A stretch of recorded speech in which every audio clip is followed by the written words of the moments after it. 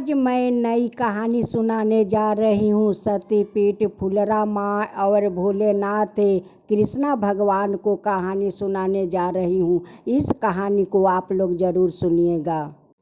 एक 10 साल का लड़का था। जो लड़का वो रास्ता में भटक गया था। नहीं उनका नाम पता था और नहीं उनका घर का पता। वो कुछ नहीं जानता था। वो रास्ता में भटक रहा था। उसी रास्ता से एक बूढ़ा माँ जा रही थी। जाते जाते उस बालक के साथ बूढ़ी माँ का मुलाकात हो जाता है। वो तो कोई बूढ़ी माँ नहीं थी, वो तो सती पीठ फुलरा माँ थी। उस देवी ने उस बालक से पूछती है कि अच्छा बेटा, तुम जो अकेले इस रास्ते में भटक रहे हो, तुम्हारा नाम क्या है, तुम्हारा घर कहाँ है। वो बालक कहता है कि माता, मेरा तो कोई नाम नहीं है और नहीं मेरा घर है। मैं तो बस अनाथ हूँ, मैं तो अनाथ हूँ। सभी लोग तो यही कहकर बुलाते हैं। कोई अनाथ कहते हैं तो कोई चोर कहता है तो कोई लावारिस कहकर बुलाता है माता। यही सभी लोग मेरा नाम रखा है माता। उस बालक का बात सुनकर माँ फुलरा का नैन भर आता है। बालक कहते हैं कि माता, आपको नैन क्यों भर आया माता, क्या हुआ माता कि आपको नैन भर आया। माता कहती है कि बेटा बस कर और मत कह बेटा, और मत कह। आज से तू अनाथ नहीं है और नहीं कोई तुझे चोर कह कर बुलाएगा और नहीं कोई अनाथ कह कर बुलाएगा और नहीं कोई लावारिस कह कर बुलाएगा। बेटा आज से तू मेरा बेटा है कृष और मैं तेरा दशोदा मैया हूँ। बालक कहता है कि माता, आप मुझ पर कृपा कीजिए और कृपा करते हुए मुझे एक आप नाम दे दीजिए माता, नाम दे दीजिए। वो फुलरा माँ कहती है कि बेटा, मैं तो तुझे नाम दे दिया, मैं तो तुझे अपना बेटा कृष बना लिया और मैं तो तुम्हारा दशोदा माँ हूँ। आज से बेटा तू अकेला नहीं रहेगा, आज से तू मेरा साथ रहेगा, मेरा गोद में खेलेगा। मैं अपना हाथ से तुझे खाना खिलाऊंगी बेटा, अपना हाथ से तुझे खाना खिलाऊंगी बेटा। फुलरा माता तो कृष का दशोदा मैया बन गई। अंगुरी पकड़ कर ले जाती है और कहती है कि बेटा, मैं तुझे अंगुरी पकड़ कर चलना सिखाऊंगी। ले जाती है और एक माठ में बहुत सारा गाय थी। वो कहती है कि बेटा, उस माठ में सारे गाय को देखते हो। वो कृष कहता है कि हाँ माता, मैं तो गाय का देख रही हूँ। वो दशोदा मैया कहती है कि बेटा, आज से वो सारे गाय तेरा दोस्त बन कर रहेगी। भोलेनाथ देखकर बहुत खुश हो जाते हैं और कहते हैं कि माँ तो ऐसे ही होती है कि अपना संतान में वो कितना जल्दी पिघल जाती है, उनकी माया कैसे पसीज जाती है। माँ को तो ममता ऐसा होता है। भोलेनाथ कहते हैं कि मेरे सती फुलरा दशोदा मैया बन गई तो मैं क्यों नहीं नंद बाबा बन जाता हूँ।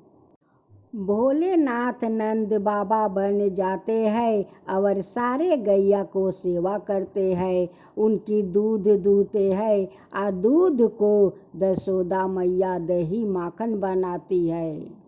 भोलेनाथ कहते हैं कि कृष बेटा, तेरा दशोदा मैया माखन खाने के लिए बुला रही है। जब किरीस घर जाते हैं दशोदा मैया अपना गोद में बैठा लेती है। अब बड़ा प्यार से माखन खिला रही है। अब तो किरीस कहने लगा कि मैया मैं तो कभी अपना हाथ से माखन नहीं खाऊंगी, मैं तो आपके ही हाथ से मैं माखन खाऊंगी। आपके हाथ से कितना स्वादिष्ट माखन लगता है माता, कितना स्वादिष्ट लगता है। दशोदा मैया किरीस से कहती है कि बेटा तुझे तो भोजन खिलाते हुए मुझे कितना आनंद आता है। एक माँ अपना पुत्र को अपना हाथ से भोजन करवाती है तो माँ को कितना आनंद मिलता है। किरीस बहुत आनंद मिलता है कि मैं कम से कम अपना हाथ से तो अपना संतान को भोजन तो कराता हूँ। किरीस जहाँ जाते थे वहाँ पर अपना सारे गाय को लेते जाते थे, क्योंकि उनकी तो सारे गाय दोस्त थी, इसलिए अपना सारे गाय को लेकर जाता था। किरीस अपना गाय का ऊपर बैठ जाते थे और गाय के ऊपर बैठते हुए खिड़की के तरफ से देखता था कि इस ग्वालिन ने अपना माखन कहाँ रखी है। वो देखता है कि शिखर पर वो माखन रखी है। किरीस अपना गाय से कहते कि दोस्त उस घर में ले चलो जहाँ पर शिखर है, उसका ऊपर तो ग्वालिन माखन रखी है। गाय लेकर चली जाती और गाय पर बैठे बैठे बहुत मज़े से माखन खा लेता। जब सारा माखन शेष हो जाता तब कहता कि दोस्त अब चलो, अब तो मेरा पेट भर गया। किरीस का दोस्त किरीस को लेकर बाहर चली आती। जब ग्वालिन जाकर देखती है अपना शिखर पर तो उस मटका में तो थोड़ा सा भी माखन नहीं है। वो कहती है कि मैं तो अभी अभी माखन रख कर गई, अभी माखन हमारा ख़त्म हो गया। ये कौन आकर माखन सारा खा गया? कोई बिलाई आया था ना?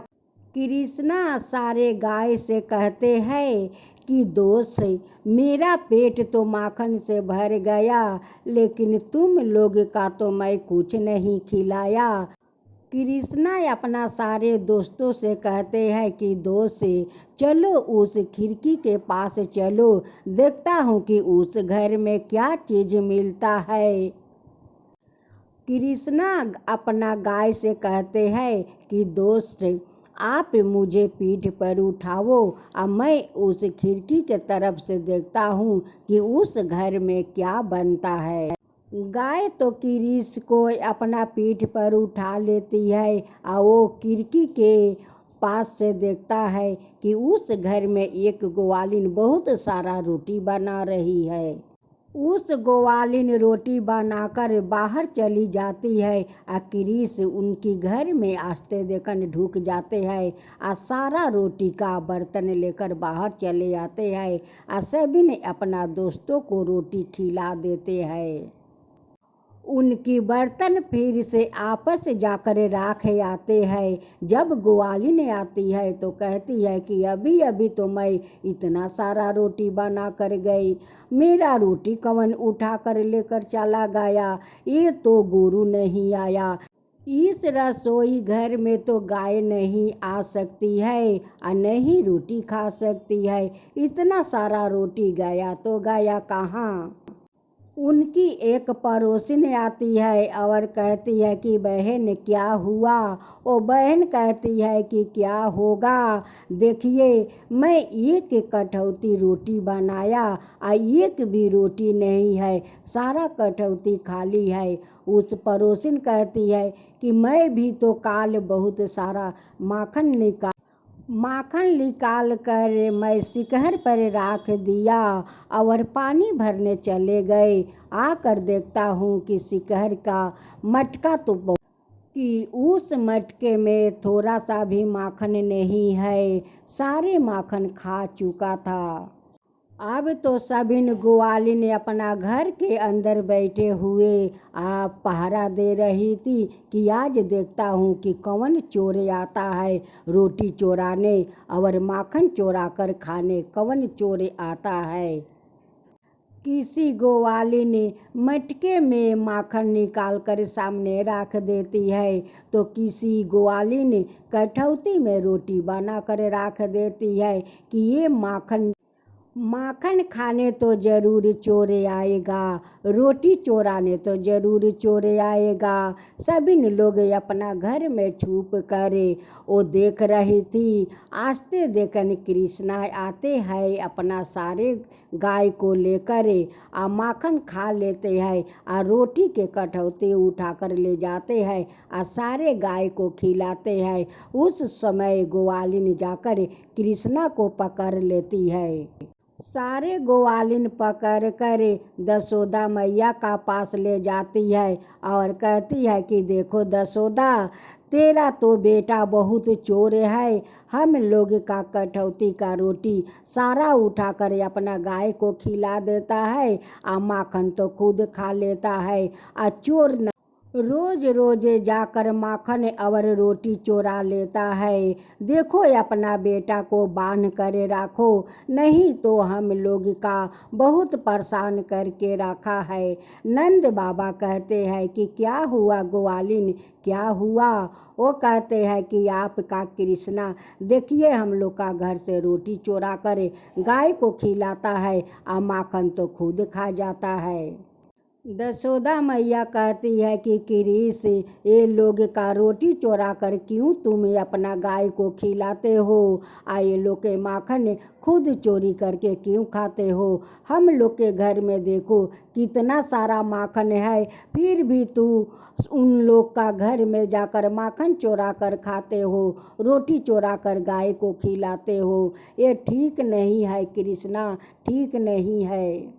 कृष्णा कहते हैं कि मैया मैं कान पकड़ता हूँ, अब कभी किसी को रोटी चोरा कर गाय को नहीं खिलाऊंगी मैया, और नहीं मैं खुद माखन खाऊंगी मैया, अब कभी नहीं चोराऊंगी मैया। गाय माता का रोटी खाने का तो आदत पड़ गया था। जब कृष को देखती है तो सारा गाय बोलती है रोटी खाने के लिए। कृष तो समझ गया कि ये लोग तो रोटी मांग रही है। फिर से कृष अपना सारे गाय को लेकर जाते हैं। देखते हैं कि एक ग्वालिन ने अपना चौकी पर एक बर्तन में बहुत सारा माखन रखी है। कृष ढूक जाते हैं और सारा माखन खा जाते हैं। फिर खाकर वहाँ से गाय को लेकर चल जाते हैं। देखते हैं कि एक ग्वालिन फिर एक कटौती रोटी बना कर रखी है। वो कटौती उठा कर ले आते हैं और सारे रोटी गाय को खिला देते हैं। सारे ग्वालिन दशोदा का पास जाती है या कहती है कि देखो दशोदा, आज भी तुम्हारा लल्ला जाकर मेरे सारे रोटी उठाकर गाय को खिला दिया।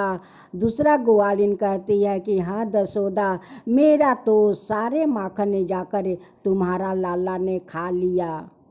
जब कृष घर जाते हैं दशोदा मैया कहती है कि लाला, फिर से जाकर तुम रोटी चोरा कर गाय को खिला दिया, फिर खुद जाकर वो लोग का माखन चोरी करके खा लेते हो। आज तो तुम्हें नहीं छोड़ूंगी, आज तो तुम्हें बहुत मार मारूंगी। एक छोटा सा लाठी दशोदा मैया ले लेती है और उनका पीछे पीछे दौड़ती है। भोलेनाथ कहते हैं कि दशोदा, क्यों तुम लाला को परेशान करती हो, क्यों लाठी लेकर दौड़ाती हो, मत दौड़ाओ। भोलेनाथ कहते हैं कि ठीक है, मेरा कृष गाय को रोटी खिला दिया है तो मैं उसकी बदले में एक बोरी आटा उनके घर पहुंचवा देता हूँ। मेरे कृष उनकी माखन खा गया तो मैं माखन के बदले मैं माखन पेटवा देता हूँ। दशोदा मैया कह रही है कि देखिए कृष का पिताजी, आप ठीक नहीं कर रहे हैं, आप तो कृष को बिगाड़ रहे हैं, ऐसे तो कृष बिगड़ जाएगा। भोलेनाथ कहते हैं कि नहीं सती नहीं, अभी तो हम लोग का कृष्ण बहुत छोटा है, वो नहीं बुझता है। जब कृष्ण हम लोग का बड़ा हो जाएगा तो वो खुद समझदार हो जाएगा। ये सब रोटी और माखन चोराना सब बंद कर देगा। देखते देखते कृष्ण तो बहुत बड़े हो गए, लेकिन बड़े तो हो गया, लेकिन ग्वालिनों को पानी पिला कर रख देता है। वो सारे ग्वालिन को अपना अपना बांसुरी का धुन पर सारे ग्वालिन को वो नचाते हैं। सारे ग्वालिन उस जमुना में से पानी भर कर ले आती है तो अपना बाटुल से सारे मटका में छेदा कर देते हैं। जब ग्वालिन लोग उस जमुना में स्नान करने जाती है तो उनकी सारे कपड़ा आकाश में उड़ा देते हैं। सबिन ग्वालिनों कहती है कि कृष्ण तुम क्यों हम लोग का कपड़ा आकाश में उड़ा दिया, हम लोग कैसे पानी से निकले, हम लोग निकल कर क्या पहने, तुम तो सारे कपड़ा को आकाश में उड़ा दिया है, हम लोग के कपड़ा नीचे उतारो। कृष्णा कहते हैं कि मैं तभी कपड़ा उतारूंगी जब तुम लोग आकर मेरे सामने नाचोगी। वो लोग कहती है कि मैं कैसे नाचूंगी, हम लोग का पास तो कोई कपड़ा नहीं है, हम लोग तो लंगे हैं। वो कहते हैं कि लंगे आकर मेरे सामने नाचना होगा, तभी मैं कपड़ा तुम लोग कर उतार कर दे सकता हूँ।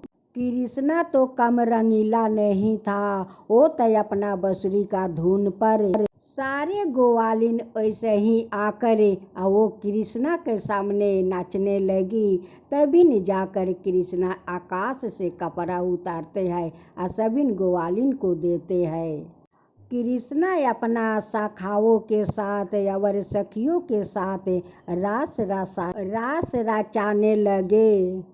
उस बालक कोई बालक नहीं था, वही तो बालक रूप में कृष्णा भगवान था। जो वो औरत थी वो कोई औरत नहीं थी, वो तो माँ फूलरा थी कि कृष्णा को दशोदा मैया बन गई, भोलेनाथ नंद बाबा बन गए और कृष्णा को अपना पुत्रा बनाकर बहुत वो लोग आनंद किया, बहुत आनंद लिया। कृष्णा तो सती फुलरा माँ को अपना दशोदा माँ मान लिया था, भोलेनाथ को नंद बाबा मान लिया था। यही तो मेरा दशोदा मैया और नंद बाबा है। जय फुलरा माँ, जय भोलेनाथ, जय कृष्णा भगवान। आप लोग का तो लीला अपरंपार है, अपरंपार है, आप लोग का लीला अपरंपार है। आप लोग कितना रूप दिखाते हैं, कितना रूप धारण करते हैं। हे फुलरा माँ, हे भोलेनाथ, आप लोग का अपरंपार है, लीला अपरंपार है। सती पीठ फुलरा माता की जय हो, भोलेनाथ की जय हो, कृष्णा भगवान की जय हो।